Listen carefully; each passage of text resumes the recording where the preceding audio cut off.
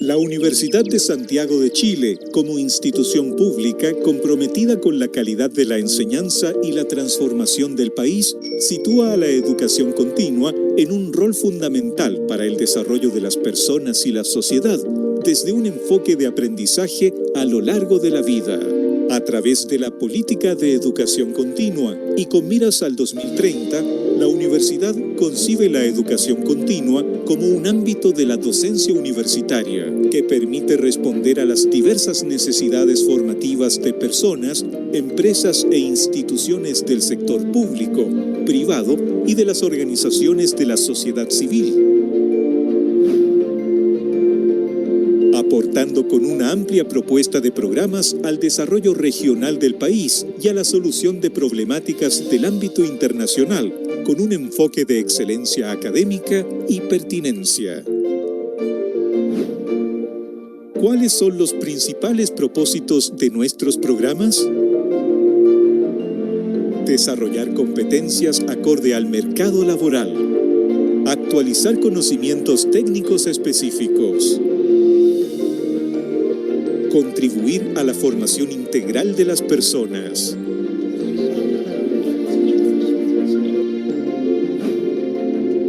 Los principios que guían la educación continua de la universidad son excelencia académica, pertinencia y prospección, colaboración para el abordaje de problemas complejos, aprendizaje continuo, bidireccionalidad, compromiso social, innovación y flexibilidad, ética. Conoce más de la política de educación continua en nuestro sitio web y redes sociales.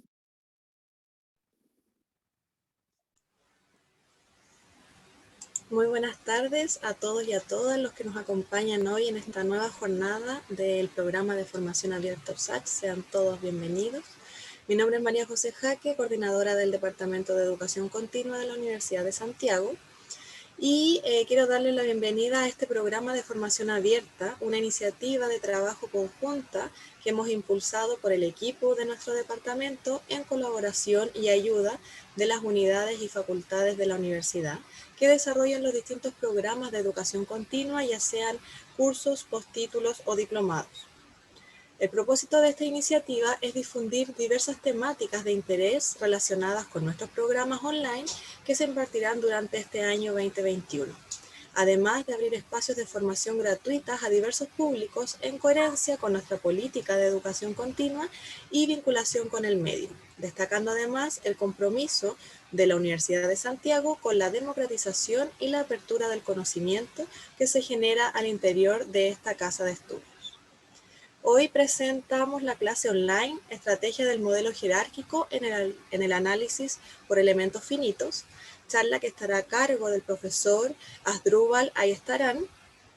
Él es ingeniero mecánico con maestría de ingeniería mecánica y 15 años de experiencia en el desarrollo de proyectos de ingeniería conceptual, básica y el detalle del área estructural. Especialista en el estudio y evaluación de la integridad mecánica de estructuras y equipos estáticos en plantas industriales, empleando simulaciones computacionales. Posee además experiencia liderando y coordinando equipos técnicos en proyectos de ingeniería mecánica desarrollados por elementos finitos y dinámica de fluidos computacionales. En el área académica se ha desempeñado como profesor de cursos de pregrado y posgrado y ha dictado talleres en línea relacionada con métodos numéricos. Luego de esta breve presentación, les comento que esta clase tendrá una duración aproximadamente de 45 minutos para dejar un espacio adicional de unos 15 minutos al final para hacer preguntas a través del chat. Así que les recordamos y les pedimos que por favor nos puedan dejar sus consultas ahí en el chat, que las vamos a ir recogiendo. Les pedimos que además por favor mantengan sus micrófonos en silencio durante la presentación para así no interrumpir la jornada.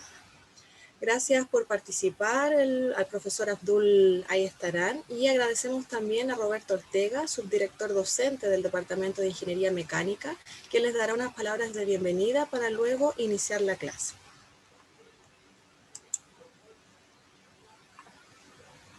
Muchas gracias, María José. María José ha recogido muy bien la idea y tema de esta charla. Yo solo quiero añadir que esto está en el contexto del diplomado en mecánica computacional. Adrúbal es profesor del diplomado, en particular del módulo 2 y 3, que están enfocados principalmente al método de elementos finitos, tanto para casos estáticos como casos dinámicos. El tema que Adrúbal va a comentar hoy es fundamental para la modelación mecánica. ¿Ya? Esta estrategia permitirá a aquellos modeladores, ingenieros que decidan utilizar este tipo de herramientas, tener una metodología clara para poder abordar este tipo de problemas. Adrúbal es un experto en lo que es modelación computacional. Ha utilizado durante mucho tiempo ANSYS, un software aplicado en la industria y con un amplio reconocimiento, así que en manos de él tendrán una excelente clase hoy. Más información del diplomado les hará llegar la unidad de educación continua. Así que nada más. Muchas gracias, María José, por este espacio, y Daniela. Los dejo con la clase práctica.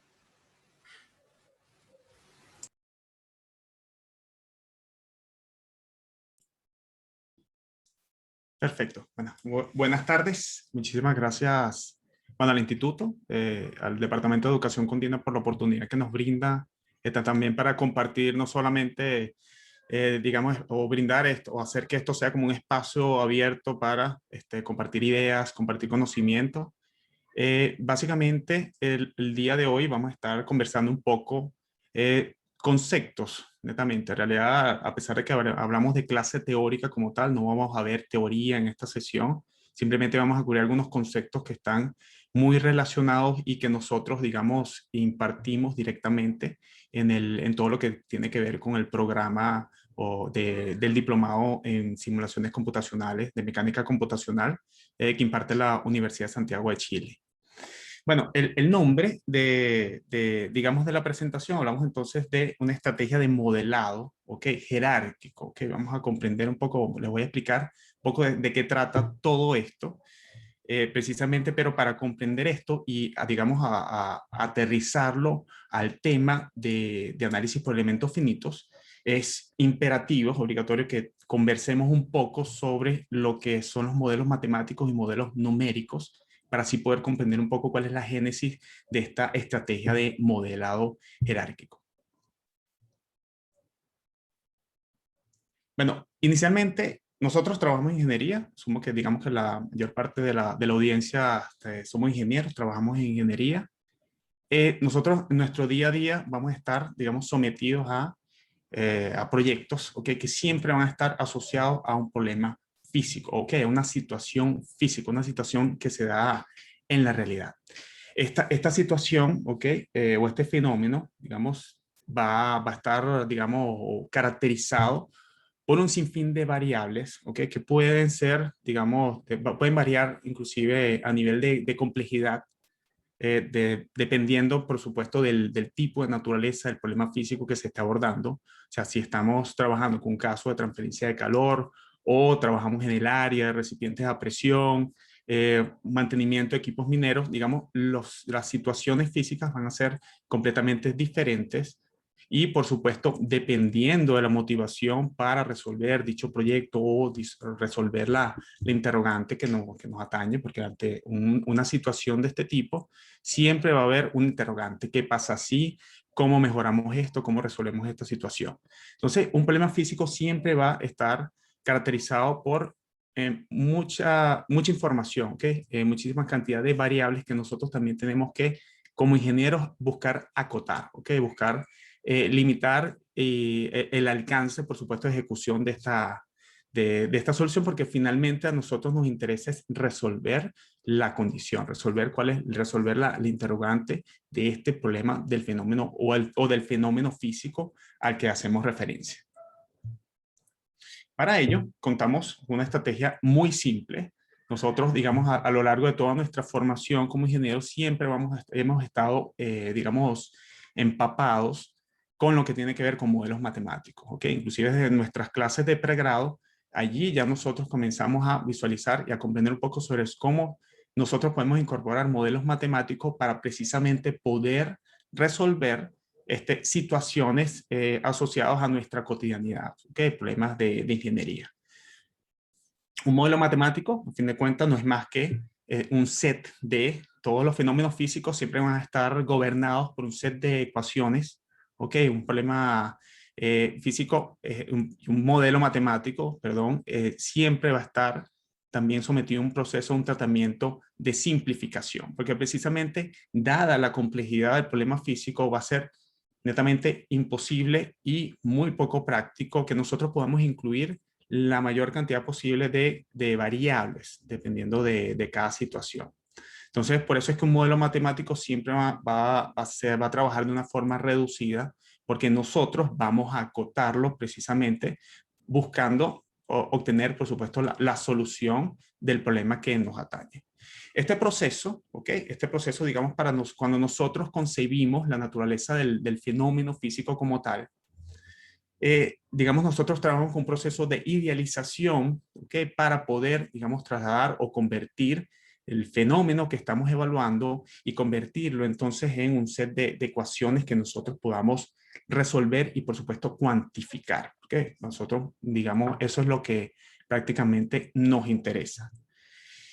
También este proceso es innato, ¿ok? Digamos, nosotros vamos también a estar sometidos a un proceso de abstracción de matemática, donde nosotros, inclusive, si se estudia a cabalidad, esto puede ser hasta un problema hasta de índole filosófica, porque tiene que ver inclusive de cómo la persona conceptualiza, ¿ok? Y visualiza y entiende el fenómeno físico. Entonces aquí he mencionado una palabra que es muy importante, que es la persona, que somos nosotros como ingenieros. Finalmente, como me adelanto un poco de la conclusión, el factor individuo, ¿ok? Va a jugar un rol sumamente importante para resolver cualquier situación, ¿ok? Independientemente del tipo de estrategia de modelados que aplique. Y bueno, y por supuesto, este proceso para transferir o, digamos, generar este modelo matemático, nosotros vamos a estar asociados o tenemos que conocer también un poco de teoría, tenemos que conocer cuáles van a ser esas leyes de representación que nos van entonces a permitir, por supuesto, obtener la solución adecuada a nuestro problema en particular. Les planteo un caso muy simple, ¿okay? Una situación cotidiana, ¿okay? Vean, allí les coloco una representación de una especie de una escalera en una vivienda, donde los peldaños, digamos, si ustedes los detallan, los peldaños están como en voladizo, ¿okay? Están embutidos en la pared y se encuentran en voladizo. Esto puede ser una situación, ¿okay? Una situación muy simple, y nosotros pudiésemos plantear un primer modelo matemático que es el más simple, ¿ok? Nosotros podemos conceptualizar y visualizar que, bueno, que cada uno de los peldaños, si yo necesito evaluar cuál es la flecha, la deflexión, inclusive caracterizarlo dinámicamente ante vibraciones, nosotros podemos trabajar, bueno, con el modelo más simple que nosotros como ingenieros manejamos a nivel estructural, que es el concepto de teoría de vigas. Entonces, les muestro en pantalla una forma de nosotros conceptualizar o presentar un modelo matemático, pero digamos, es tan simple y lo caracterizamos con su set de ecuaciones diferenciales, en este caso particular, que rigen el sistema. Entonces, bueno, tenemos aquí nuestro problema matemático ahora, porque tenemos nuestra ecuación diferencial y tenemos, bueno, por supuesto, el conjunto de condiciones de borde necesarias para poder obtener la solución única de este problema.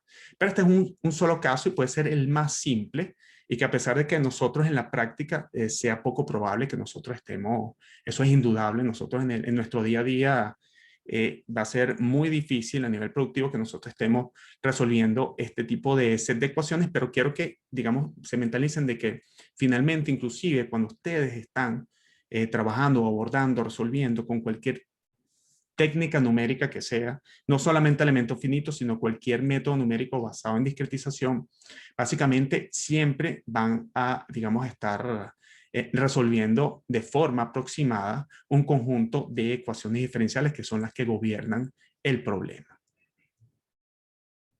Una segunda opción podría ser, mira, yo no quiero o no me interesa conceptualizarlo el problema como un problema unidimensional, sino que, bueno, yo lo quiero evaluar este problema, yo lo visualizo como un problema bidimensional. Entonces, ante esta situación, el problema matemático, el modelo matemático, se vuelve un poco más complejo. Tenemos entonces nuestro set de ecuaciones diferenciales, que son las equivalentes que rigen el equilibrio del sistema. Tenemos a su vez otras condiciones de borde que a primera vista, bueno, desde el punto de vista matemático, se ven un poco complejas.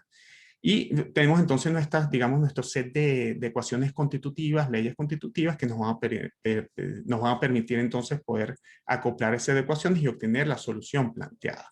Entonces, de esta forma les he presentado para un problema tan simple como un caso, un peldaño de una escalera en voladizo, les planteo entonces dos modelos matemáticos, uno mucho más simple que otro, ¿ok?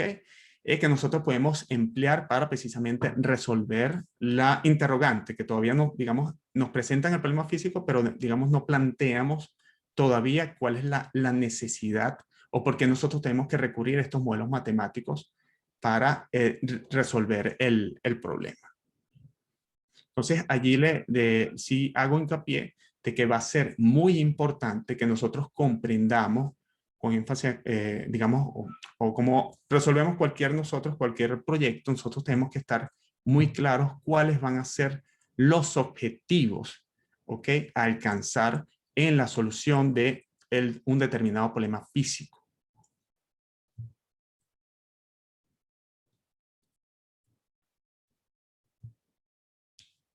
Ahora bien, bueno, vamos a presentar ahora un poco un flujo, cómo sería una estrategia, pero muy, muy general, de cómo nosotros abordaríamos nuestro problema físico. Bueno, tenemos nuestro problema físico, digamos, está dominado, se rige entonces por un set de variables. Hay muchísimas variables que siempre están asociadas al problema. Simplemente nosotros como ingenieros somos los que acotamos y delimitamos, mira, voy a excluir este efecto, voy a incluir este otro, pero precisamente nosotros tenemos que estar súper atentos y muy conscientes de la influencia o la posible influencia que puedan tener estas suposiciones, porque digamos que todo esto va a afectar el desarrollo de la solución aguas abajo. Una vez que nosotros comprendemos nuestro modelo, nuestro problema físico, nosotros vamos a plantear un modelo matemático. ¿Ok?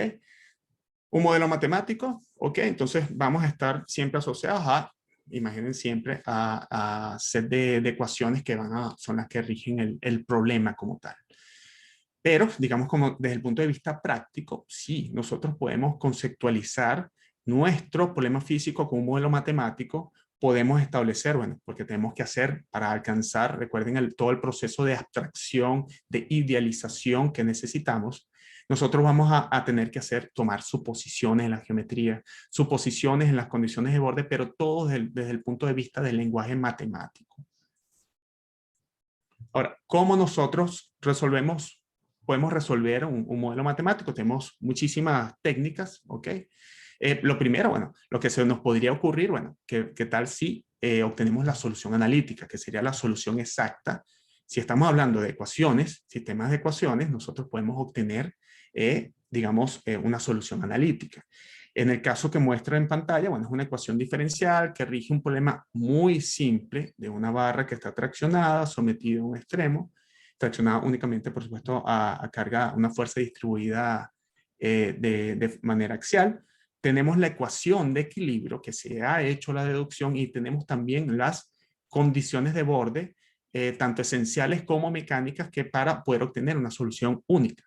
Y bien, este problema es tan simple que sí, tenemos una solución analítica, tenemos la expresión para obtener la solución exacta de este problema. Entonces, para obtener, digamos, o resolver el set de ecuaciones diferenciales hay muchísimas técnicas, ¿ok?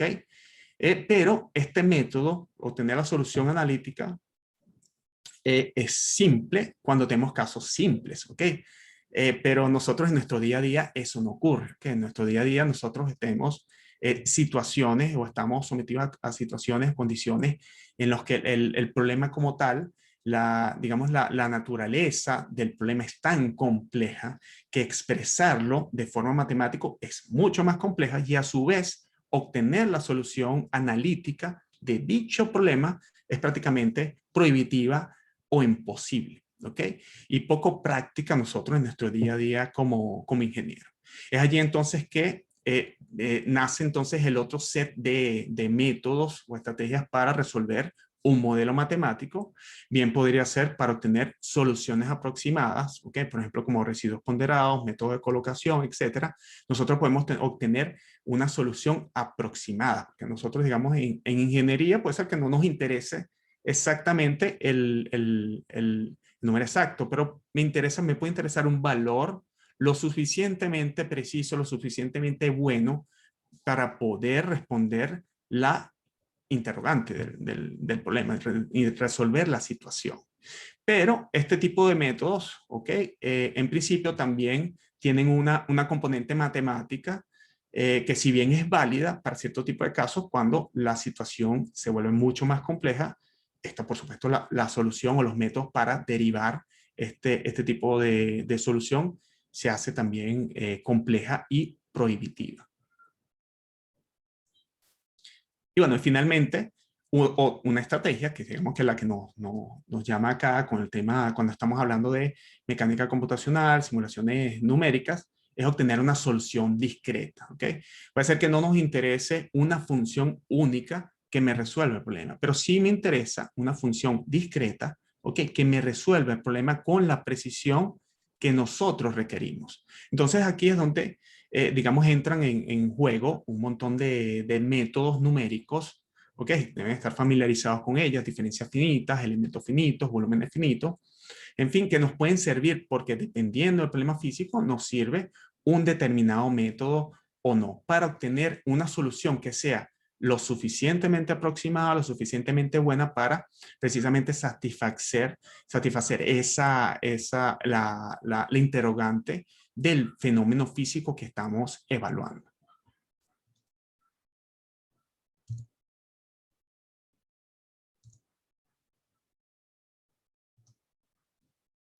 Ok, una vez que nosotros seleccionamos un modelo discreto, ok, casualmente, bueno, escogimos el método de elementos finitos, entonces generamos un modelo discreto para obtener, por supuesto, la solución discreta de nuestro modelo matemático. Ya cuando nosotros abordamos este tipo de técnicas, y esto aplica inclusive para otro tipo de fenómenos físicos, como por ejemplo si estamos trabajando con CFD, volúmenes finitos, esto es prácticamente también el equivalente, no solamente para el tema de elementos finitos. Nosotros tenemos que estar empapados también con un montón de terminologías y conceptos asociados a cada método, ¿ok?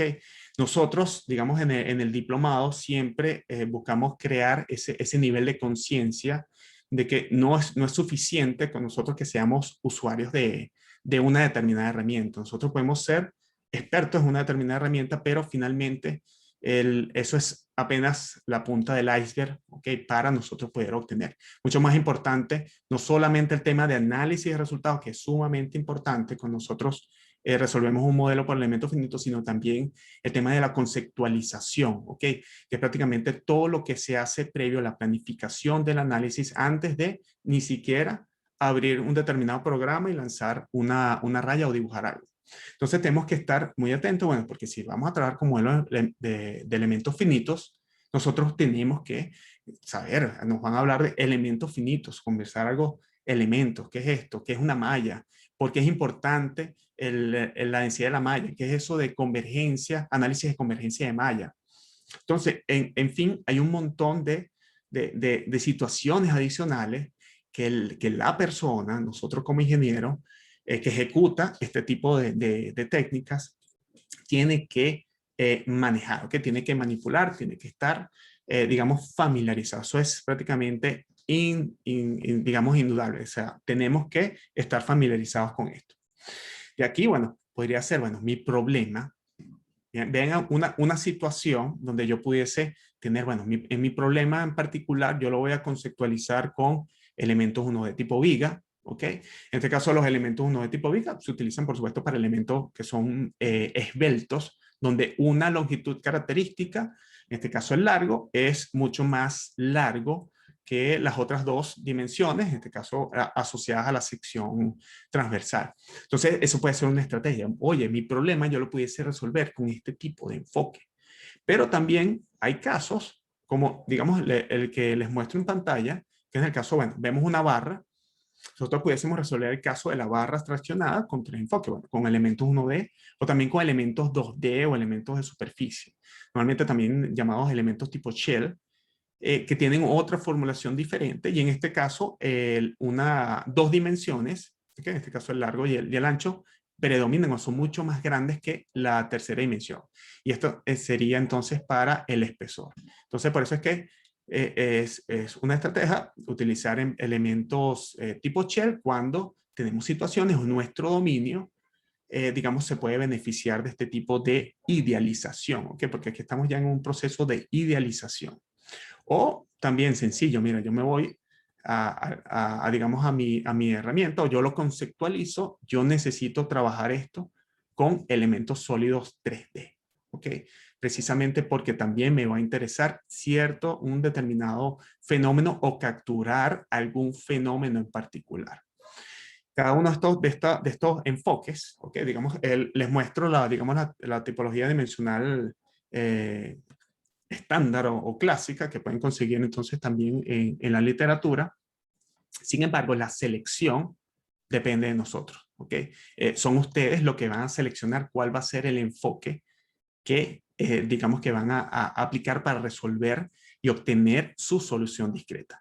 Ahora, la idea no es seleccionar uno al azar ni de forma aleatoria, ¿ok? También nosotros tenemos que tener ese nivel de conciencia del estar atentos del por qué estamos seleccionando un determinado enfoque y adicional saber o predecir inclusive cuáles van a ser las consecuencias o qué estamos perdiendo nosotros por irnos por un enfoque o por otro enfoque. Entonces acá, bueno, la persona tomó su decisión. Se fue entonces voy a resolver mi problema empleando elementos tipo shell, para este caso. Y obtenemos una solución discreta, ¿ok? Tenemos nuestro modelo discreto, resolvemos y obtenemos una solución discreta. Ahora, en la solución discreta ya no es tan fácil, no es simplemente, si estamos trabajando con una herramienta comercial, apretar el botón de resolver y listo, ¿no? Ahora viene digamos, la parte mucho más interesante que tiene que ver con la validación de los resultados. Precisamente como nuestro modelo va a ser, o nuestra respuesta, perdón, va a ser aproximada, nosotros nos interesa también revisar sus resultados y validarlos, ¿ok? Contrastarlos inclusive contra información que es disponible en la literatura, casos similares, ¿ok? Artículos, base de datos de experimentos similares. Y si no hay información, entonces es mucho más complejo el proceso de validación, porque también requiere otra fase de abstracción e idealización para nosotros poder validar un modelo por elementos finitos. ¿Ok? Entonces, en este caso, nosotros pudiésemos, bueno, hay una variable con el tema de la solución discreta. Esta variable simplemente, mira, un caso, la densidad de la malla, ¿ok? Es indudable que nosotros, quien trabaja con simulaciones sabe que independientemente del problema físico que esté resolviendo, es innegable que hay que hacer un análisis de independencia de malla, un análisis de convergencia de malla, ¿ok? Normalmente eso, por supuesto, va a depender de cada problema. La situación y las condiciones van a ser muy diferentes porque dependen precisamente de cada problema. Cada situación lo podemos considerar particular y única. Entonces, bueno, hacemos esta iteración internamente para nosotros poder validar la solución aproximada a la solución discreta que estamos obteniendo.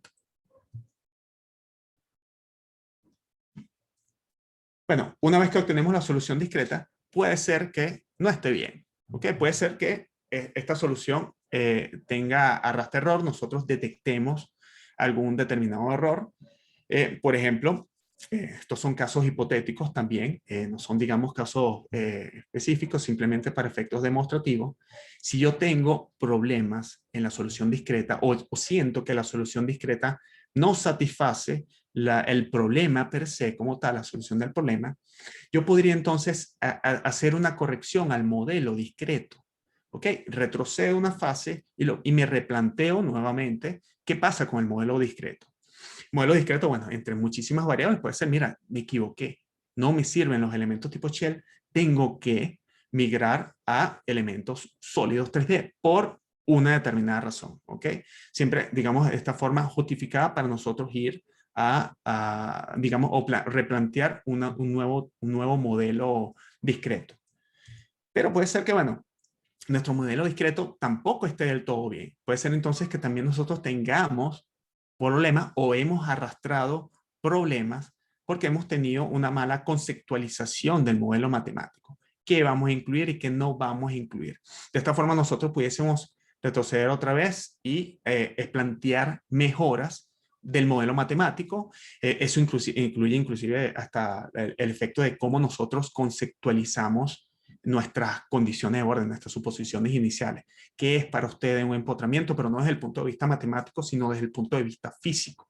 ¿Ok? ¿Qué es para ustedes un soporte, un apoyo simple? Aspectos tan simples como este, nosotros tenemos que estar atentos a que, bueno, hay muchas estrategias, porque no hay una única estrategia para nosotros poder abordar un tipo de problemas como este.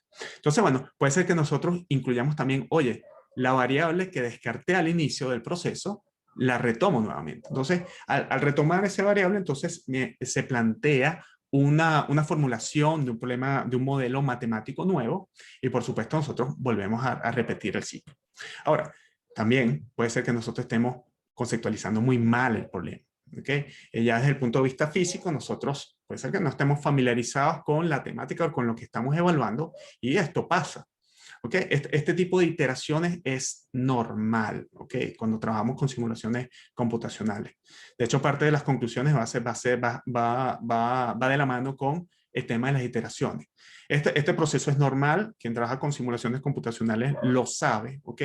Siempre vamos a estar iterando, ¿ok? No va, eso digamos, de resolver un problema de una sola vez, eso es poco probable, y aparte hay un proceso iterativo interno asociado a estos métodos basados en discretización que hacen que nosotros tengamos que no solamente validar malla, que realizar análisis de convergencia de malla, también inclusive los algoritmos de contacto, las condiciones de contacto también se calibran. Entonces, todos esos microprocesos o microciclos que nosotros tenemos que ejecutar dentro de nuestro modelo forman parte de esta iteración. Entonces, por eso les comento que va a ser muy difícil que nosotros resolvamos un problema buenas a primera, y porque la iteración es prácticamente, va a ser mandatoria, va a ser obligatoria.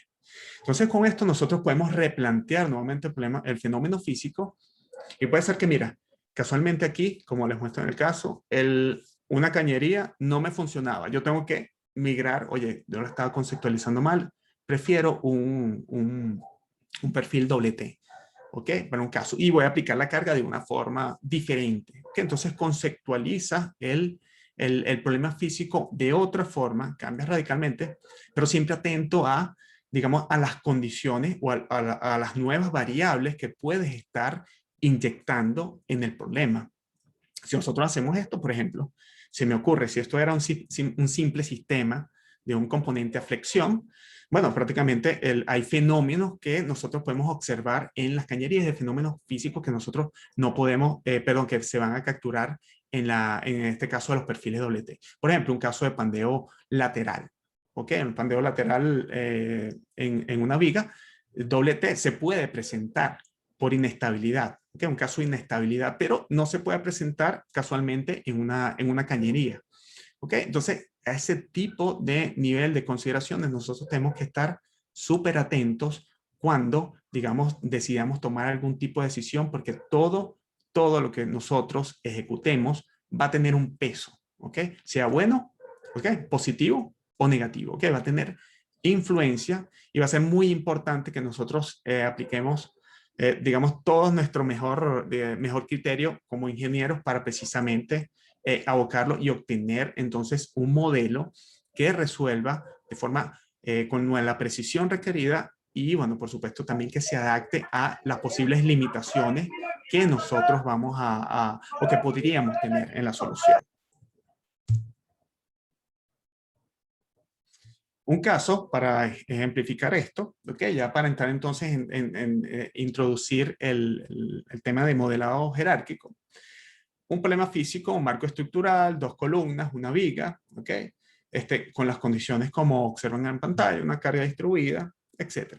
Y aquí es muy importante porque cuando nosotros hablamos de el fenómeno físico o el problema que estamos abordando, siempre es importante tener en cuenta los objetivos. El objetivo del proyecto, el objetivo del fenómeno que vamos a evaluar. ¿Por qué yo tengo que resolver con técnicas numéricas, en este caso con elementos finitos, un determinado problema? ¿Puede hacer caso? Bueno, aquí, por ejemplo, nos solicitan determinar el desplazamiento máximo en la viga, ¿ok? En la flecha, ¿ok? Simple. Lo primero que se me ocurre, algo fácil, algo sencillo. Bueno, yo conceptualizo la viga, ¿ok? Voy a ignorar el efecto de las columnas y simplemente conceptualizo que este problema yo lo pudiese resolver con buena precisión con un modelo, como lo observan en pantalla, una viga simplemente apoyada en sus extremos, un modelo isostático, un modelo que está resuelto ampliamente en la literatura, se consiguen en tablas, porque no tenemos que, digamos, no, es un modelo no-brainer, ¿okay? Es muy simple, tan simple que, bueno, que es como un disparo al piso y nos puede resolver este modelo la interrogante. Pero puede ser que me agarró, no sé, yo visualizo posteriormente, oye, me doy cuenta que la conexión de uno de los extremos de la viga, aquí digamos esto también es esquemático con el tema de rigidez de las uniones. Puede ser que, bueno, esta viga yo la considero que es una unión a momento. Y bueno, yo voy a considerar ese efecto. ¿Ok? Evalúo las dos conexiones y puedo asumir, porque vean esto, es una suposición. Yo estoy asumiendo que uno de los extremos de la viga simplemente puede transmitir o se restringe la rotación y transmite entonces momentos a la columna.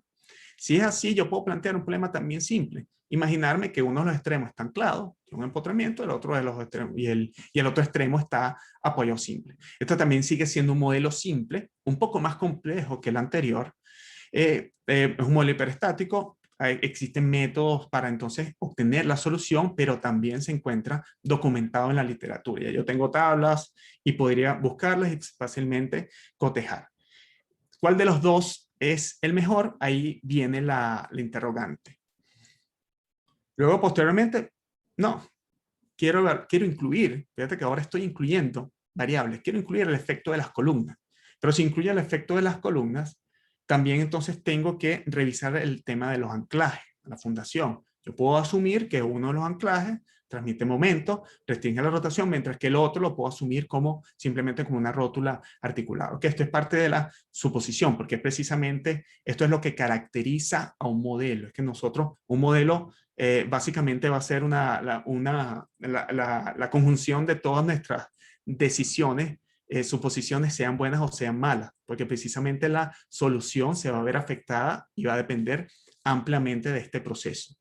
Este otro modelo que planteamos, bueno, un modelo ya hiperestático, va a ser muy difícil que nosotros consigamos exactamente la solución analítica en la literatura, pero pudiésemos resolverlo con un poquito de esfuerzo y horacilla, resolverlo inclusive a mano. Ahora bien, lo que hemos detallado es simplemente que hemos ido agregando complejidad a los modelos, considerando mayor cantidad de variables, ¿ok? Considerando mayor cantidad de efectos. Y es allí donde viene el tema del modelado jerárquico, que es una de las estrategias básicas, está muy relacionado con la simplicidad de los modelos, ¿ok? Puede ser que modelos muy simples resuelvan nuestro problema y bueno, se acabe todo, pero también puede ser que necesitemos incluir mayor cantidad de variables, agregar complejidad al modelo precisamente para resolver algún tipo de determinada interrogante. Ahora, estos modelos, por ejemplo, no están limitados, ¿ok? Precisamente porque los formulé, se formularon pensando en la pregunta, pensando en la interrogante. Por ejemplo, tenemos una situación adicional. Bueno, ¿qué pasa si, si ahora el objetivo cambia? Queremos determinar los esfuerzos, pero es en los atiesadores en las columnas. Bueno, en este caso en la columna izquierda, que es el único lugar de la columna que tiene atiesadores. ¿Qué pasa si ahora nuestro interés se centra en otro componente que forma parte del mismo sistema? Okay. Los modelos que ya planteamos no responden a este interrogante, porque precisamente no incluyen ese efecto. Nosotros cuando incluimos el tema de los modelos con las vigas 1D, nosotros simplemente excluimos, bueno, vamos a considerar que este atiesador no es relevante para calcular la flecha, el desplazamiento máximo. Entonces, bajo esa situación, si nuestro modelo no responde al interrogante, nosotros tenemos que migrar a un modelo que, por supuesto, responda a la interrogante. Esto hace entonces que tengamos que migrar a un modelo normalmente un poco más complejo o que incluya las variables que necesitamos. Eso tiene completamente sentido. Ahora la situación cambia. Ahora estamos enfocados en los rigidizadores, los atiesadores en la columna izquierda. Ahora sí, me fui por encima. Ahora sí voy a plantear un modelo tridimensional con una geometría simplificada. Entonces, una geometría simplificada, porque observen ahí el detalle, vamos a trabajar con elementos tipo shell, las conexiones están simplificadas, me ahorré las perforaciones, nos ahorramos los pernos, ¿ok?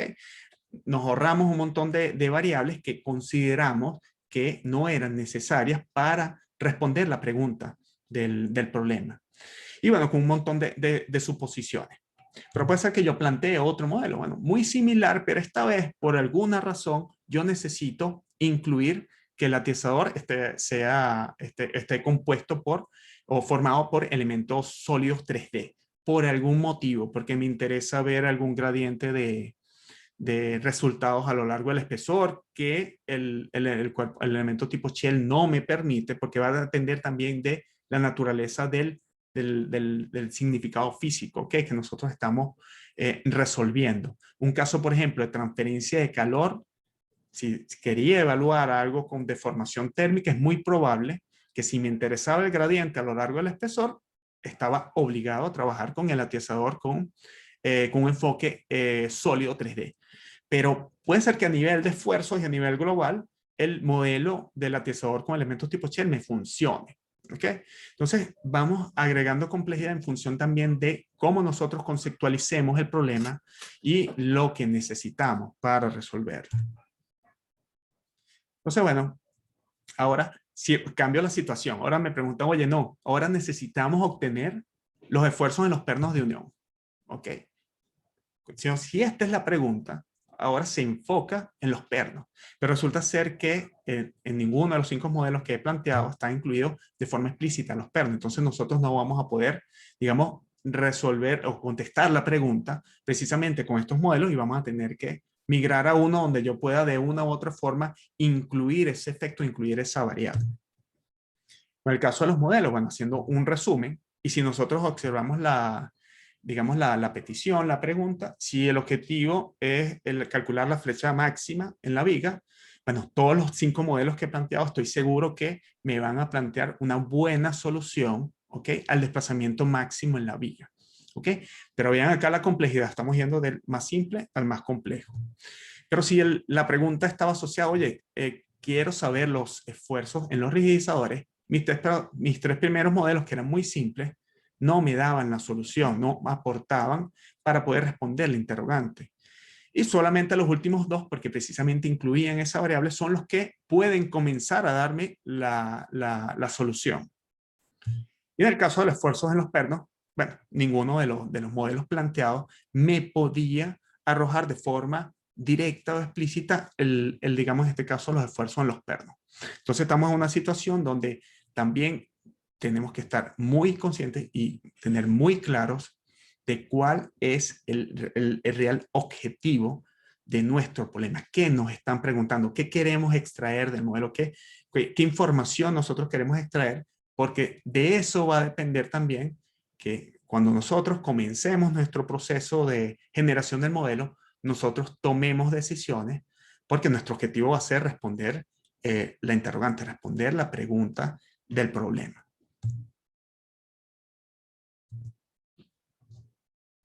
Bueno, en este caso, bueno, hemos presentado una situación con diferentes modelos matemáticos, haciendo, digamos, la diferencia es que van aumentando en complejidad, van incluyendo mayor cantidad de efectos, variables físicas que hacen que la situación sea más compleja, y a su vez también la solución se hace más compleja, ¿ok?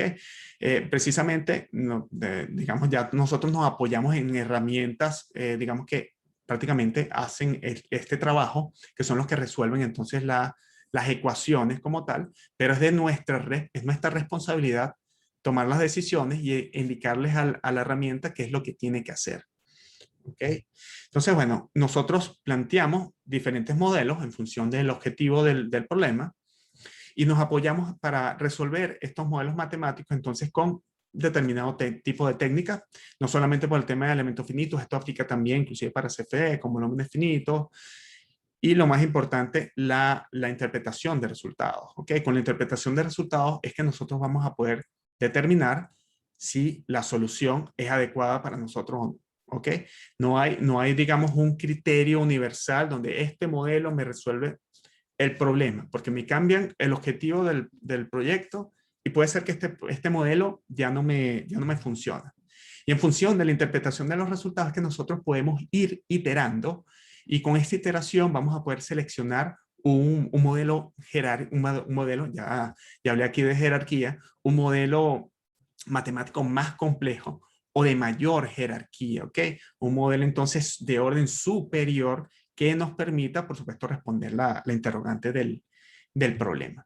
Es ahí entonces que nosotros al hablar de términos de modelos y la estrategia de abordaje por modelos jerárquicos, nosotros siempre vamos a considerar dos tipos de modelos, ¿ok? Tenemos en primer lugar los modelos de bajo orden, ¿ok? Son los modelos, véanlo así, los modelos más simples, los más sencillos que se nos ocurran, ¿ok? Estos modelos de bajo orden nos van a permitir comprender el problema que está pasando, digamos, físicamente en esta solución. Nos ayudan a ejecutar análisis paramétrico, porque también parte de la premisa es que los modelos de bajo orden yo los puedo resolver mucho más rápido, ¿ok? Y si los puedo resolver mucho más rápido, yo también puedo entonces ejecutar un análisis de sensibilidad de variables y, por supuesto, van a ser mucho más sencillos de analizar, dada que la cantidad de variables o parámetros involucrados en determinado modelo, al ser limitada, al ser baja o ser poca, precisamente vamos a poder revisar los resultados de forma mucho más simple.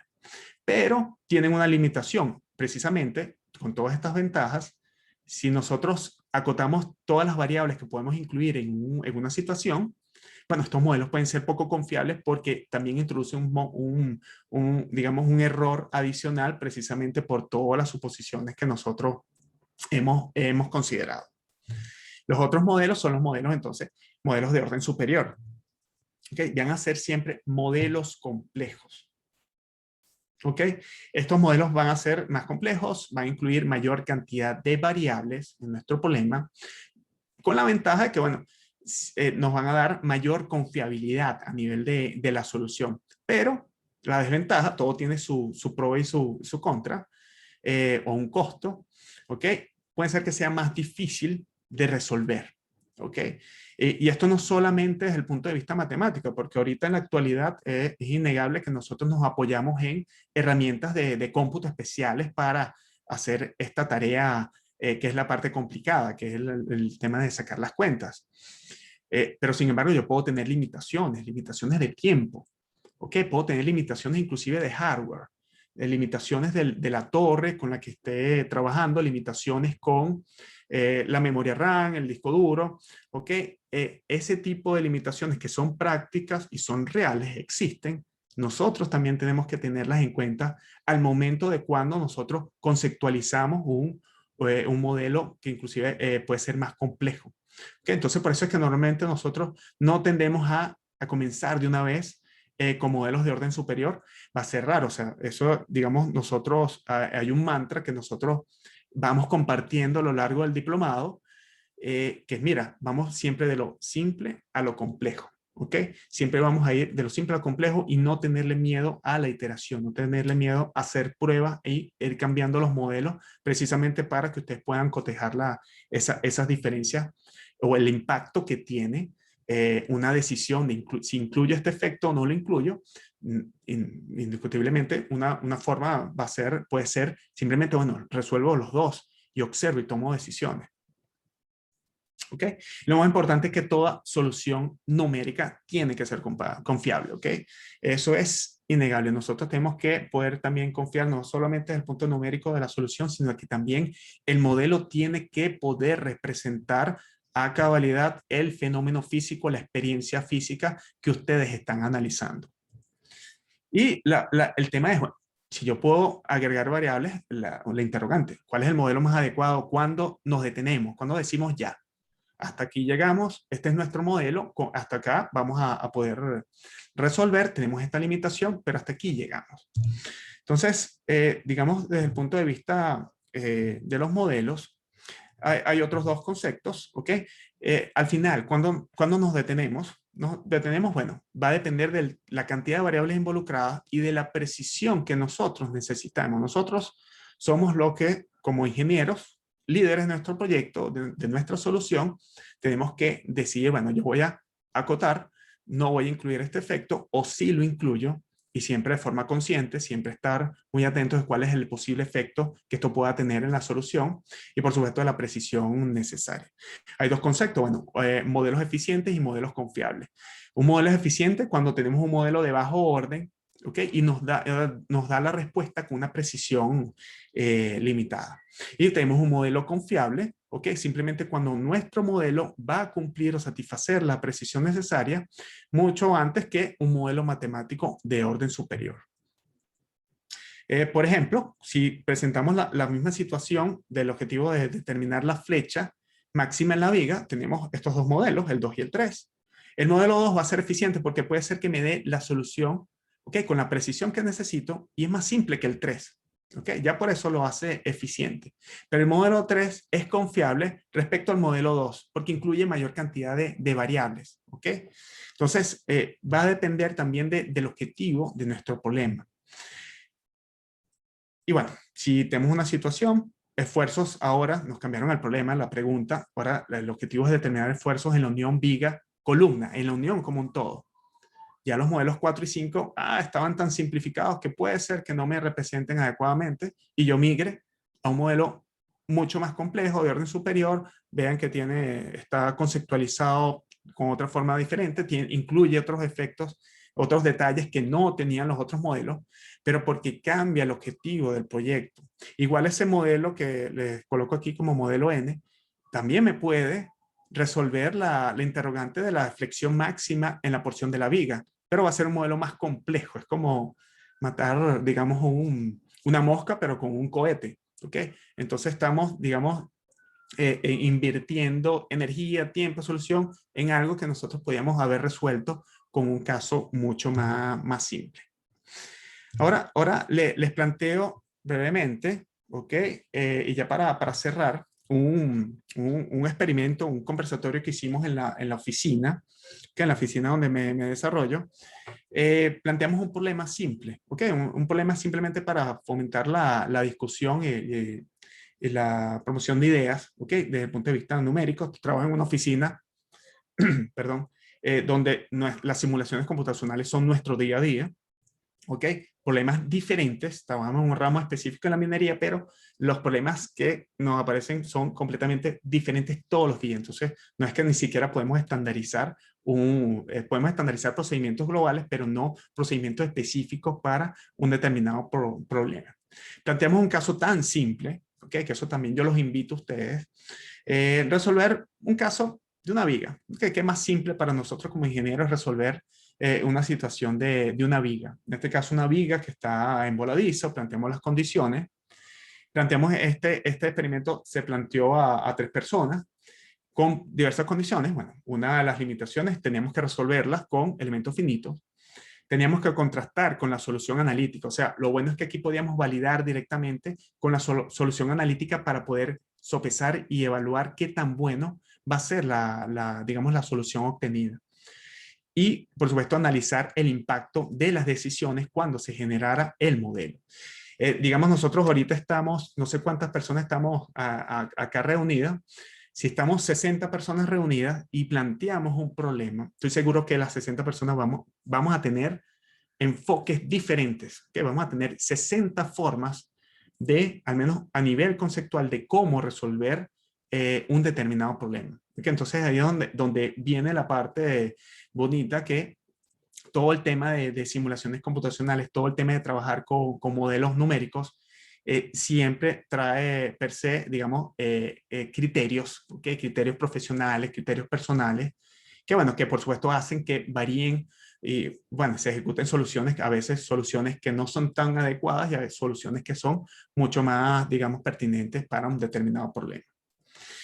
Bueno, esta es la situación, una viga en voladizo, se dieron todas las condiciones geométricas, etcétera, etcétera. Y la primera persona, miembro del integrante, decidió resolver el problema, se fue por lo simple. Modeló con elementos viga 1D. Nada más simple y me parece que es súper acertado. Para resolver, por supuesto, la pregunta. ¿Cuál es el esfuerzo máximo a flexión de esa viga? Y listo. Aplicó sus condiciones, tenía noción de cuántos grados de libertad tiene un elemento, los nodos de un elemento de viga en el espacio, aplica entonces la fuerza en un nodo en un extremo, algo súper simple, y obtiene la solución. Y la solución es un 7, se adecua muy bien entonces a la solución que esperamos, porque aquí nosotros, lo bueno es que tenemos la referencia para poder validar qué tan bueno es este modelo. Esto es un modelo bajo orden, súper simple, y por supuesto responde la interrogante de forma eficiente. No creo que vaya a haber un problema más simple que estos, a menos que yo escoja otro tipo de elementos que tenga una formulación matemática mucho más simple. Ahí no hay mucho que decir con esa solución. Era así. La segunda persona, se fue por el otro extremo. Modeló la viga sólida 3D, sin ningún problema. Modeló su viga, su cuerpo sólido tridimensional. Obviamente esto lo obligaba a trabajar con elementos sólidos 3D, elementos volumétricos. Tomó estas decisiones, bueno, toda la sección transversal donde está el empotramiento restringe todos los grados de libertad del elemento, de los cuerpos, de los elementos sólidos 3D, que bueno, casualmente son los 3 desplazamientos. Pero lo hace en toda la sección transversal, coloca un equivalente a un empotramiento. Y en la fuerza la aplicó porque lo decidió así, dibujó un área en el cuerpo y bueno, aplicó la fuerza puntual, la aplicó en esa sección allí que se visualiza acá en color rojo. Entonces esas fueron sus premisas. No está mal, no está bien, simplemente eso fue lo que decidió como modelo para resolver el problema. Resulta ser que, bueno, su primer, digamos, resultado que muestra nos lanza los resultados equivalentes de von Mises, pero para un problema de flexión nos piden el esfuerzo máximo por flexión.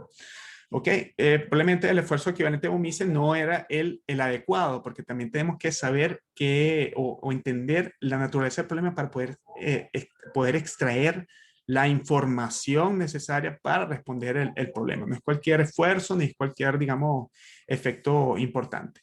Casualmente en su modelo observaba un efecto localizado por aplastamiento. Porque está aplicando entonces la fuerza en una sección muy chica, aparte en una zona del perfil que tiene poca rigidez, etcétera, etcétera. Pero finalmente esta distribución no responde al problema.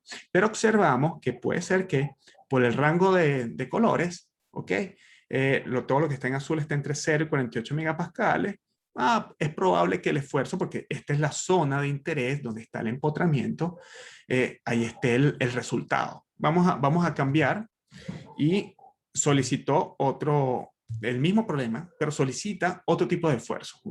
Solicita esfuerzos normales en la dirección longitudinal de la viga. Sigue apareciendo, esto es innegable, no va a poder desaparecer el efecto localizado que tiene el haber colocado la fuerza de esa forma, y tampoco está mal, pero hay que estar conscientes de que si hacemos esto vamos a tener un determinado tipo de efectos. Pero observa que, bueno, que al parecer en la zona de interés, donde aparece el esfuerzo máximo, porque manejamos la teoría, eso sí, mira, observamos un patrón lineal, que es lo que nosotros esperamos. Las fibras superiores del perfil en tracción positivas y las fibras inferiores del perfil a compresión. Salvo que, obviamente, a medida que nosotros nos movemos a lo largo de este cuerpo, existe una distorsión en los resultados producto de digamos, la forma, el esquema de aplicación de las cargas. ¿Ok? Pero puede ser que, mira, yo puedo aplicar aquí un esquema, un efecto de Saint-Venant, criterio de Saint-Venant, para establecer, bueno, puede ser que yo lo suficientemente alejado de mis condiciones de borde en sistemas estáticos equivalentes, yo puedo entonces obtener mi resultado. Entonces ahora nos vamos a una situación, ¿ok?, donde solicitamos los resultados directamente en esa sección transversal. Nos vamos directo al hueso, allí, a la zona donde está el empotramiento. Observamos algo, ¿ok? En este caso, siguen siendo los mismos esfuerzos normales axiales. El patrón, ojo, solamente la distribución, ¿ok? No la magnitud, se comporta de acuerdo al esperado. Entonces, ahí es importante que nosotros mantengamos también un know-how de conocimientos básicos de la física asociada al problema. ¿Ok? Ya nosotros sabemos que tenemos que tener una zona de atracción, zona de compresión en este tipo de problemas, que es súper simple. Y observamos el perfil, y ese perfil tiene que ser simétrico. Tienes 40 megapascales a atracción arriba y menos 40 megapascales a compresión abajo. Eso tiene sentido. Lo que no nos hace sentido es la magnitud. ¿Ok? Entonces, es importante porque aquí ya observamos una diferencia muy grande, y esa diferencia muy grande nosotros no nos la podemos permitir desde el punto de vista de ingeniería. ¿Ok? Eso es una diferencia que nadie la soporta. ¿Ok? Y lo que hacemos es, bueno, pensamos, oye, puede ser que no tienes que hacer un análisis de convergencia. Vamos a refinar allí. ¿Ok?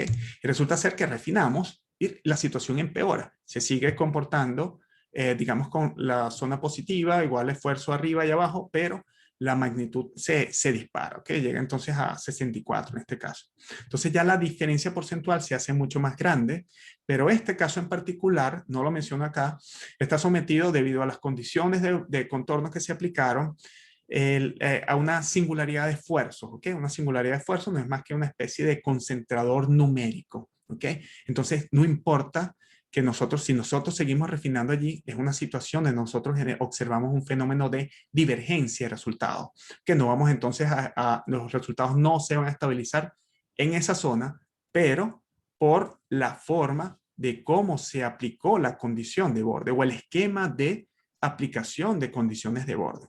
Entonces, este caso, nosotros consideramos así como está, aquí porque conocemos cuánto es el valor que tenemos que obtener, pero cuando nosotros no tenemos esa información, ¿a cuál creerle? ¿Okay? Entonces, ahí es donde juega un papel muy importante todo el tema de análisis de los resultados.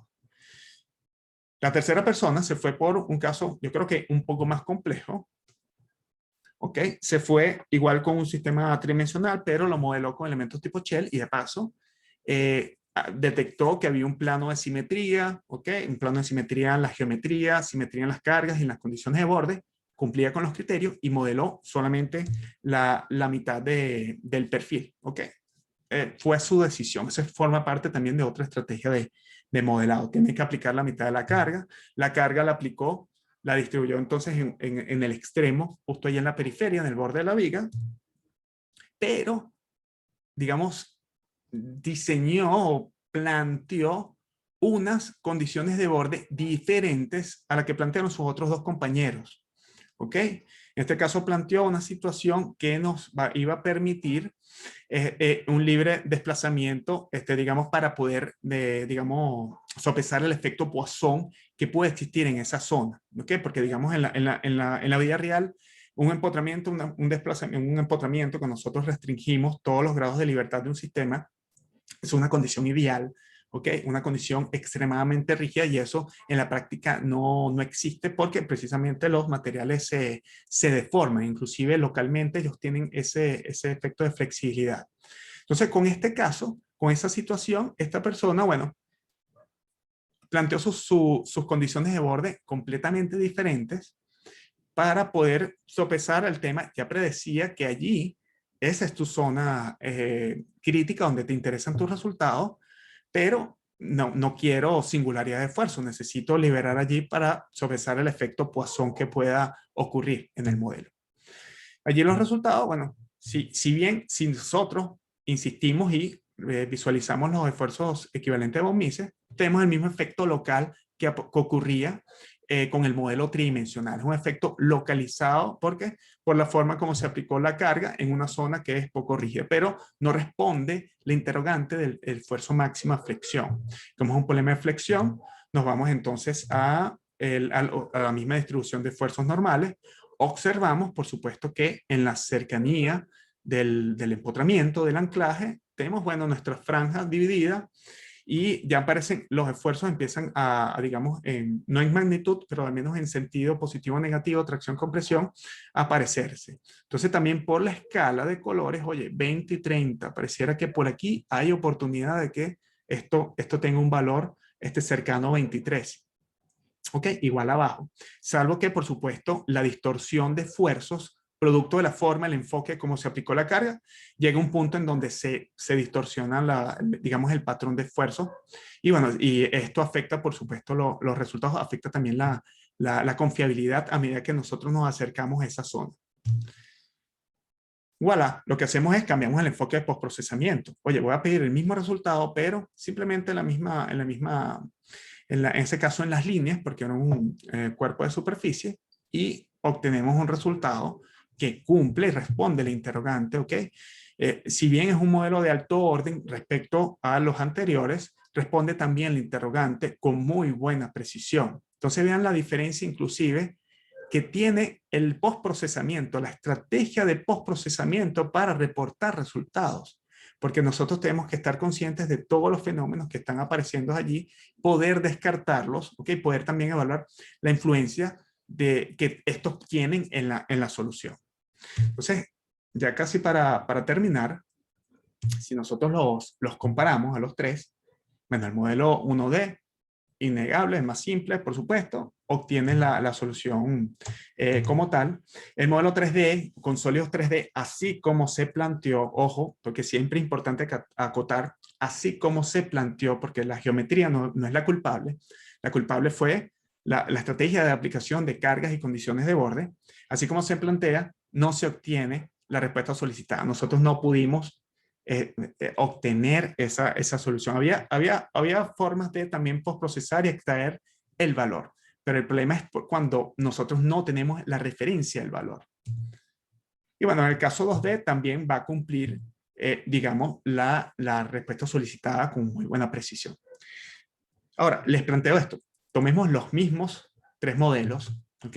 Pero esta vez cambiemos la pregunta. El esfuerzo máximo de flexión en la mitad de la viga. Exactamente la mitad, ¿ok? Cambia, por supuesto, el valor de esfuerzo de referencia para tenerlo allí. Si hacemos esto, el modelo que ya teníamos listo, no teníamos que hacer nada, solo teníamos que extraer un resultado diferente. Me cumple con la respuesta con muy buena precisión. El modelo 2D también me cumple con la precisión requerida, pero ahora el modelo 3D, el mismo modelo también entonces cumple con esta condición. Ok, cumple con la pregunta del problema. No cumple con la anterior, pero sí cumple con esta. Y es exactamente el mismo modelo. Ok, porque entonces también la solución va a depender del enfoque, del objetivo de lo que nosotros estamos logrando. Puede ser, por supuesto, que un problema determinado siempre tiene muchos objetivos, muchos planteamientos que nosotros buscamos resolver. Nosotros tenemos que, por supuesto, abordar un modelo que nos permita entonces acotar la solución y nos brinde una respuesta adecuada para todas las interrogantes que ustedes puedan tener. Entonces vean, no hicimos nada, pero si cambiamos la pregunta, sí cumple con muy buena precisión, pero es muy malo para otros escenarios. Eso, por supuesto, se debe al tema de el esquema de aplicación de cargas, tenemos una singularidad de esfuerzo, etcétera. Pero si detectamos esa situación, singularidad de esfuerzo, también hay estrategias para nosotros sopesar esos casos. Ahora sí, tomo el modelo sólido, planteo un segundo modelo con cuerpo sólido. Y lo que hago es, aplico la estrategia de condición de borde que apliqué, o muy similar, que apliqué en el caso 2D. Lo que hice fue simplemente elimino ese empotramiento que coloqué y coloco unas condiciones de borde equivalentes que me puedan responder el problema. Voilà. Si hacemos esto, fíjense que fue simplemente un enfoque de depreciación de cómo nosotros conceptualizamos el sistema físico y cómo hacemos esa traducción a nuestro modelo matemático y por ende a nuestro modelo numérico. Obtenemos exactamente la misma solución. Tenemos tres modelos diferentes, una situación sencilla, por supuesto uno más simple y uno más complejo que otro. Entre el modelo 3D y el 2D, no sé cuál es el más complejo, porque a nivel de formulación matemática, el modelo con elementos tipo sólido siempre va a ser mucho más complejo, va a requerir mayor, digamos, requerimiento de cómputo o hardware. Bueno, estos problemas eran muy simples, pero el modelo 2D, Shell, bueno, era complejo porque esta persona pensó en simplificar. Oye, ¿qué pasa si voy a trabajar con simetría? Tomó su decisión. Pero, por ejemplo, si estuviésemos analizando un caso de un análisis modal, vibraciones libres, el modelo 2D, donde nosotros planteamos una condición de borde de simetría, puede ser que no sea muy bueno porque precisamente nos va a restringir la cantidad de modos o solamente vamos a obtener los modos que sean simétricos al plano de simetría. Entonces, tiene sus pros y sus contras. No necesariamente un modelo que me funcione para un caso me va a funcionar para otro. Entonces, de esta forma, nosotros tenemos que estar súper conscientes de la influencia que tiene nuestra estrategia de modelado, y particularmente de todo lo que tiene que ver con nuestro mecanismo de abstracción, idealización, para poder resolver un determinado problema. Bueno, y ahora sí, esta es la última lámina. Factores que considero, que influyen en una selección apropiada de un modelo. Lo primero, nosotros entendemos bien la física, si nosotros no estamos claros de qué es lo que ocurre, si es una situación de transferencia de calor, no sabemos ni siquiera cuáles son los mecanismos de transferencia de calor, no vamos a llegar lejos. Entonces es importante porque también el know-how, la formación de la persona, la experiencia, los años de experiencia, y por supuesto el tiempo al que se dedique a trabajar con modelos numéricos también es un plus, por supuesto, para lograr esta formación y lograr generar modelos que por supuesto sean eficientes y adecuados para resolver el problema. La segunda influencia, bueno, es el tema de las aproximaciones.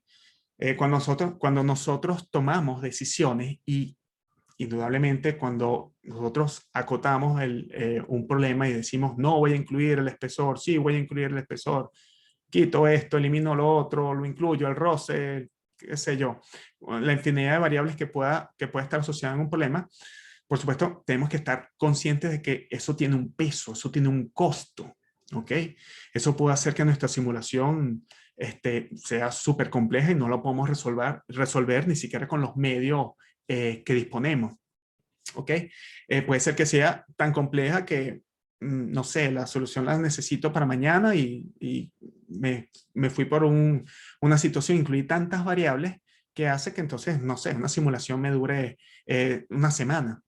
Entonces, hasta ese tipo de razonamiento nosotros tenemos que estar atados cuando nosotros, desde el momento cero, del instante inicial que comenzamos voy a hacer esto, no voy a incluir esto, estar de la mano de que reconocemos qué posible influencia, porque muchas veces no la sabemos, pero la podemos descubrir probando con diferentes modelos que incluyan ese efecto en nuestros modelos. Entonces tenemos que reconocer la influencia de todas nuestras decisiones cuando nos toca armar un modelo, el que sea, con el método que sea. Y por supuesto, indudable, nosotros tenemos que manejar el método, que digamos tenemos que estar muy atentos de cómo funciona el método, qué consideraciones hay, qué consideraciones existen. En el caso particular de elementos finitos, si bien nosotros en el diplomado no vamos a salir programadores, de rutinas con no sé, con elementos y todo el tema, sí nosotros cubrimos aspectos básicos y fundamentales y el argot de cómo se habla en la calle, ¿ok? Cómo en un ambiente productivo nosotros, digamos, se incluyen este tipo de proyectos de simulaciones computacionales, porque es imposible que nosotros, para resolver un problema, nosotros tengamos que estar elaborando rutinas. O sea, sí se puede, pero el objetivo del diplomado es que la persona salga con estos conocimientos, digamos, necesarios para poder abordar, digamos, un proyecto de simulación a cabalidad. Inclusive, hasta cómo nosotros tomamos un reporte que tenga resultados de simulaciones y poder también auditar ese tipo de información. Así nosotros no seamos los autores, también nosotros fomentamos esa parte crítica de qué es lo que nosotros tenemos que tomar en cuenta cuando nos toca auditar un trabajo ejecutado por otra persona, por un cliente, por un proveedor. Y bueno, y finalmente, digamos, lo que yo les recomiendo a nivel ya personal, que todo el enfoque de modelado jerárquico se resume en esto, ¿ok? Simple es mejor, ¿ok? Ir siempre de un enfoque mucho más simple y nosotros ir incrementando complejidad y no lo contrario. Y bueno, cada problema puede ser resuelto o conceptualizado por muchos problemas. Un error, ¿ok? Hablar de modelo único, ¿ok? No, eso no existe, ¿ok? Les mostré ahorita un caso súper simple y 3 personas lo conceptualizaron completamente diferente y se obtuvieron buenos resultados, ¿ok? Entonces, estar muy atentos de que no necesariamente un modelo me va a resolver un universo de problemas, ¿ok? Nosotros tenemos que ir iterando y adaptando. Y para finalizar, lo que siempre les comento a mis estudiantes, perdamos el miedo a la iteración. Yo creo que ese es uno de los miedos a uno, inclusive, yo sé que en entornos productivos, en la oficina, tengo las entregas, los tiempos, los lapsos. Muchas veces, claro, eso uno lo va ganando con pericia, con experiencia, pero es innegable. O sea, la iteración va de la mano con cualquier tipo de simulación, ¿ok? Va de la mano independientemente de la física o el método numérico que esté trabajando. No le perdamos miedo a la iteración porque ya per se el proceso lleva iteración, ¿ok? Entonces, bueno, esto era lo que tenía planeado. Me disculpan la extensión, ¿okay? Por el tiempo. Gracias, Asdrúbal, por tu presentación. Vamos a recoger algunas de las preguntas que han ido llegando a través del chat. Dice, ¿sobre qué base o fundamentos aceptan las suposiciones como confiables, con el fin de que nuestros resultados posteriores también sean considerados como confiables? Va a depender en este tipo de respuesta casi siempre todo va a depender, porque nuestro modelo es confiable cuando satisface un criterio, cuando satisface los requerimientos. Mira, yo necesito que esto esté por debajo del 2%, del 5%, y por allí yo puedo operar o trabajar. Ahora, muchas veces hay modelos que, como lo comenté, que no necesariamente, o sea, puede ser que yo tenga un modelo ya listo, generado, pero ese modelo me funcionó para un determinado caso en particular. Ok, si yo cambio alguna otra condición, por supuesto que el enfoque puede ser diferente y ese modelo puede ser que ya no sea confiable y tenemos que volver a calibrar. Entonces, yo creo que la condición va a ser depende. Y yo entiendo que genera mucha incertidumbre el tema de que aquí estamos hablando de casos tan simples que podemos validar, tenemos una referencia para poder validar y establecer si es bueno o no, si es confiable o no. Pero ya con problemas, situaciones mucho más grandes, digamos ya inclusive hasta el análisis escrito de cómo nosotros justificamos la solución, también forma parte de también agregar confiabilidad. Todo el tema del know-how de la persona, ¿okay? Que son cosas que probablemente no se puedan medir, ¿okay? Eso también apoya el tema para generar una solución confiable, pero va a depender de cada situación en particular, porque cada problema es único, a pesar de que lo podamos resolver de diferentes formas. Perfecto. Tenemos acá otra pregunta respecto a qué métodos se usan para saber los parámetros que optimizan el modelo frente a datos experimentales del fenómeno real. No hay, o sea, no es que hay métodos, hay estrategias para, asumo que es desde el punto de vista de validación, cuando nosotros tenemos data experimental y cotejamos contra un resultado obtenido por nuestro modelo. Hay validaciones que son simplemente por cuantificación de variables específicas, un máximo, comparamos con máximos. Ahí también hay metodologías para si lo que tenemos son curvas de comportamiento, okay, o algún tipo de análisis de sensibilidad de variables. También entonces son métodos ya un poco más cualitativos que cuantitativos. Sobre todo, por ejemplo, situaciones como inestabilidad estructural, casi siempre se enfocan con métodos más cualitativos y cuantitativos solamente en ciertas variables particulares. Por ejemplo, comparar máximos en una curva, pero no comparar la forma de la curva, ¿ok? Comparar la forma de la curva experimental contra uno obtenido por un modelo numérico se hace de forma cualitativa, a pesar de que podamos extraer allí información para compararla de forma cuantitativa. Pero métodos, bueno, hay muchísimos que se consiguen en la literatura y va a depender también del tipo de información y el set de análisis que se disponga. Perfecto. Carlos nos pregunta cómo funciona a grandes rasgos el método sin malla, pensando principalmente en la estructura de la simulación y en el modelo físico-matemático. Me imagino que hablan los métodos meshless.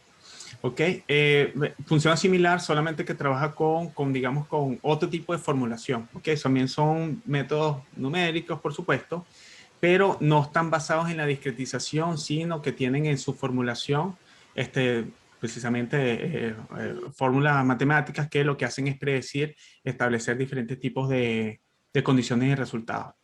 Pero, digamos, básicamente algo muy similar, salvo que, por supuesto, otras condiciones aplican porque no todos los problemas tampoco se pueden resolver con métodos meshless y no siempre es la forma más eficiente de resolver problemas con enfoque de métodos sin malla. ¿Puedo añadir algo? Claro, Roberto. Sí, claro. Sí, con respecto a los métodos sin malla, lo que cambia son las funciones de interpolación, ¿ya? Que es para aquellos que estén interesados en estudiar el método de elementos finitos, una parte fundamental de la formulación son las funciones de forma o funciones de interpolación, que son las que van a permitir establecer los desplazamientos y las deformaciones entre los nodos de la discretización del elemento, ¿ya? Para poder resolver de forma continua las ecuaciones en derivadas parciales, ¿cierto? En los métodos sin malla se utiliza una nube de puntos, ¿no?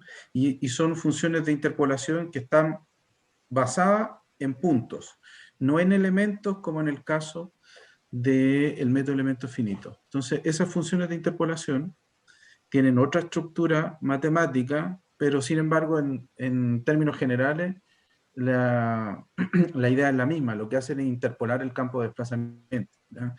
Y además es necesario definir qué cantidad de puntos hay que tener en cuenta para una determinada precisión, ¿no? Y como decía Druban, no todos los tipos de problemas son adecuados resolverlos con elementos, con mallas libres de elementos, o sea, con esta nube de puntos. No para todos estos casos es posible encontrar una solución adecuada. En algunos problemas es mucho más caro, más costoso computacionalmente utilizar meshless para resolver un mismo problema que con elementos finitos está muy bien estudiado y resuelto. Perfecto, gracias Roberto. Tenemos acá otra pregunta.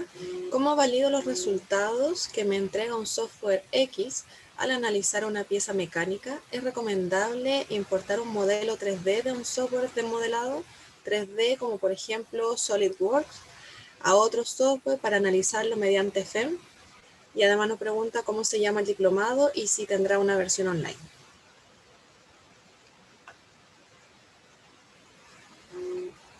Roberto, responde la del diplomado, yo respondo la del modelo. Ok. Sí, ¿tú primero, Drupal? Bueno, mira, pasa que no sé si entendí bien, tengo un problema tridimensional y cómo validar los resultados, pero traerlos del sólido. Pasa es que no nos confundamos, o sea, y de igual forma se necesitaba el dominio, en este caso la representación del dominio, que ese sería el sólido, que puedes preparar con cualquier CAD comercial, ¿ok? O digamos hay herramientas libres, ahí lo puedes preparar y luego tú ya puedes trabajarlo con elementos finitos. Casualmente mencionaste el SolidWorks tiene un módulo, ¿ok? Módulo de elementos finitos donde tú puedes ejecutar una simulación muy simple, pero la forma de validación, ojo, no tiene nada que ver con la herramienta que ustedes usen, ¿ok? De hecho, creo que yo no mencioné en ningún momento en ningún software comercial, ¿ok? Puede ser cualquiera porque al final estos conceptos son esos conceptos y aplican entonces independientemente de la herramienta que ustedes utilicen. Pero si es por benchmark, sí, por lo que entendí es benchmark, de comparar el resultado de un solver con otro, no tiene mucho sentido porque si tú estás, digamos, y al final la base, el solver, el fundamento va a ser muy similar, si tú estás aplicando las mismas condiciones de un modelo con una herramienta A y aplicas las mismas condiciones en la herramienta B, ¿ok? Compararlo, ¿ok? Eso no es una validación, eso lo que es un benchmark, ¿ok? La validación nosotros cotejamos es contra data experimental, data analítica, ¿ok? Con cualquier otro resultado, inclusive con cualquier otro estudio que haya sido también previamente validado, nosotros lo podemos utilizar. Pero no se valida el resultado de un software contra otro, eso es un benchmark. Y eso es simplemente, muchas veces se hace por estrategias comerciales de marketing entre casas comerciales. Ok, pero eso no se hace. Okay, eso yo no valido mi resultado en el software A con el software B y digo, como me dieron igual, están ok los resultados. No, eso no es una forma de validación. Hay que cotejar entonces contra data experimental, analítica, correlaciones, etcétera, o data dura. Ok, gracias, Drupal. Con respecto al diplomado, efectivamente, el 29 de mayo parte la versión online del diplomado en mecánica computacional. Esta sería la segunda vez que lo dictamos de forma online. El año pasado lo dictamos también con alrededor de 15 estudiantes online y ese diplomado ya finalizó en el verano. Así que ahora estamos partiendo con la nueva versión. El día miércoles va a haber una charla informativa exclusiva del diplomado. En el chat, Daniela dejó la información para el formulario de inscripción al diplomado. Si están interesados, por favor, inscríbanse. Estaremos contentos de recibirlo el día miércoles. Muchas gracias, Roberto. Ya para cerrar, agradecemos al profesor por su presentación y antes de terminar los invitamos a contestar una breve encuesta que no les va a tomar más de 2 minutos y va a aparecer en sus pantallas con el objetivo de ir recogiendo sus opiniones, obviamente, y siempre ir mejorando para conocer su opinión. Además, les comentamos que les vamos a enviar el material de esta clase a sus correos electrónicos, así que podrán revisar tanto el video como la presentación del profesor. Y mientras tanto también les comento que si les interesó esta charla y quieren profundizar sus conocimientos en el tema, no dejen de visitar nuestro sitio web de educación continua de la Universidad de Santiago para ver información del diplomado en mecánica computacional. Ahí van a encontrar todos los detalles del programa y la información relacionada a él. Los dejamos además cordialmente invitados a visitar nuestras redes sociales para que puedan enterarse de nuestras próximas actividades y programas. Muchas gracias a todos y a todas los que participaron en esta jornada y los esperamos en las próximas clases de formación abierta ORSAT. Que tengan una excelente tarde. Bueno, Muchas gracias. Hasta luego. Chao, gracias. Gracias a Drupal. Gracias, Muchas gracias, hasta luego. Chao, muchas gracias por su participación. Chao, muchas gracias. Chao.